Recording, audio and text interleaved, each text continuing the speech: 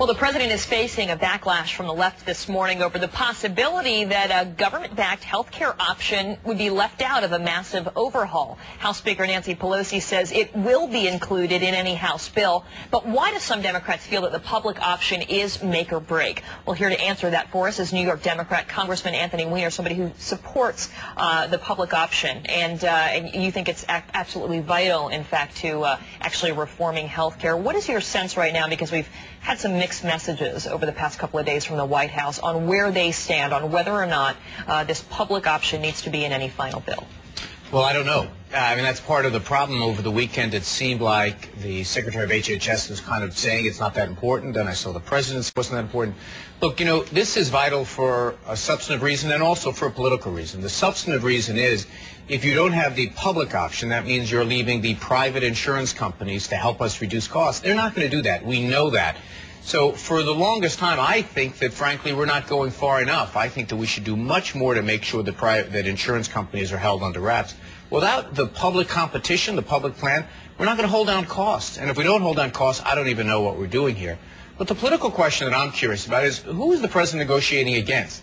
I don't see my Republican friends in Congress saying, okay, if you make this tweak or this change, we'll come aboard and help you with bipartisan health care reform. That's not happening. They're basically saying no to everything. So we might as well get the best possible bill since they're going to be in opposition anyway. Well, political reality, though, is that they can't get it out of the Senate. And there's a possibility that they could bring over a few. There's a bipartisan committee trying to work up something in the Senate. So it would stall. Look, I'm not sure that we don't have 51 senators for a public plan. We don't know that yet because we've been trying to get this bipartisan deal out of the Senate Finance Committee. You know, in the Senate, it's almost like a child looking for a unicorn. We'd like it to be there, but we don't believe, frankly, that the Republicans are really interested in doing any kind of a deal. And I'll tell you something else. You get rid of the public option, you may buy 1 or 2 votes in the Senate, but you lose 50, 60, 100 votes in the House, and I think the overwhelming rationale for the bill. All right, this is what one of your colleagues in the Senate said. Let's listen to what Kent Conrad said on Fox News Sunday about whether or not this is a pipe dream. The fact of the matter is there are not the votes in the United States Senate for the public option. There never have been. So to continue to chase that rabbit, I think, is just a wasted effort.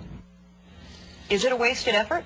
You know, our forefathers called the Senate the cooling saucer of our democracy. Let's face it, it's the icebox. That's where legislation goes to die.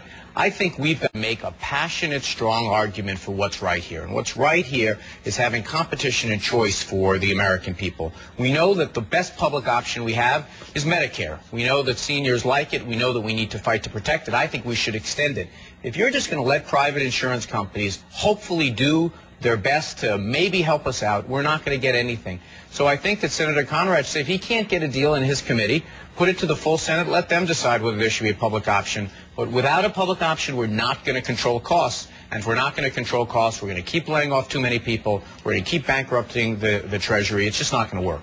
All right, well, some Democrats in the Senate are saying that maybe a co-op system could work and be a decent compromise. This is where member-owned groups would assemble their own networks of providers, negotiate for their own prices in some cases. Why do some, like you, think that a co-op is a weakened version of full-out public option? Well, frankly, we have no examples of it working. You know, only the federal government is muscular enough to be able to put together a plan on day one that will be able to compete. A co-op with individual citizens getting together and trying to negotiate for lower prices. We have no sign that it's ever going to work, and if it does, it's going to be years out. But wait, hold on. You said there's no examples. There's 2. There's the Group Health Cooperative of Washington State. That's based out of Seattle. There's Health Partners in Minnesota. They serve 500,000 members. I understand it's on a smaller scale, but they are considered successful at this point. Can't they be a model with which a larger scale could work? The only problem with those examples is one, they took years to get into any place that they were able to really be a market force. 2, they're only a market force in very tiny slivers. And 3, even with their market force pressures, we see no sign in their areas they've been able to hold costs down. Look, the federal government has a Medicare program, a national single-payer socialized medicine. I mean, it's not really socialized because we don't control the means, but let's use the language of the right. What it's been able to do is control administrative costs to 4%. Insurance companies have combined administrative and overhead of 30%. We know that a federal program can compete and can compete well. Even the right says they're afraid of its competition because it'll hold down costs too much. That's the way we should go. Well, they claim that it's going to knock out, put private insurers out of business, and people won't have as many choices. What I don't understand that is by the logical extension of that argument is that citizens are going to choose the public plan. Or yes, that their employers are going to choose it for them and they won't have the choice. Well, employees don't have the choice now. Employers are choosing now whether to have a high-priced insurance that they can't afford.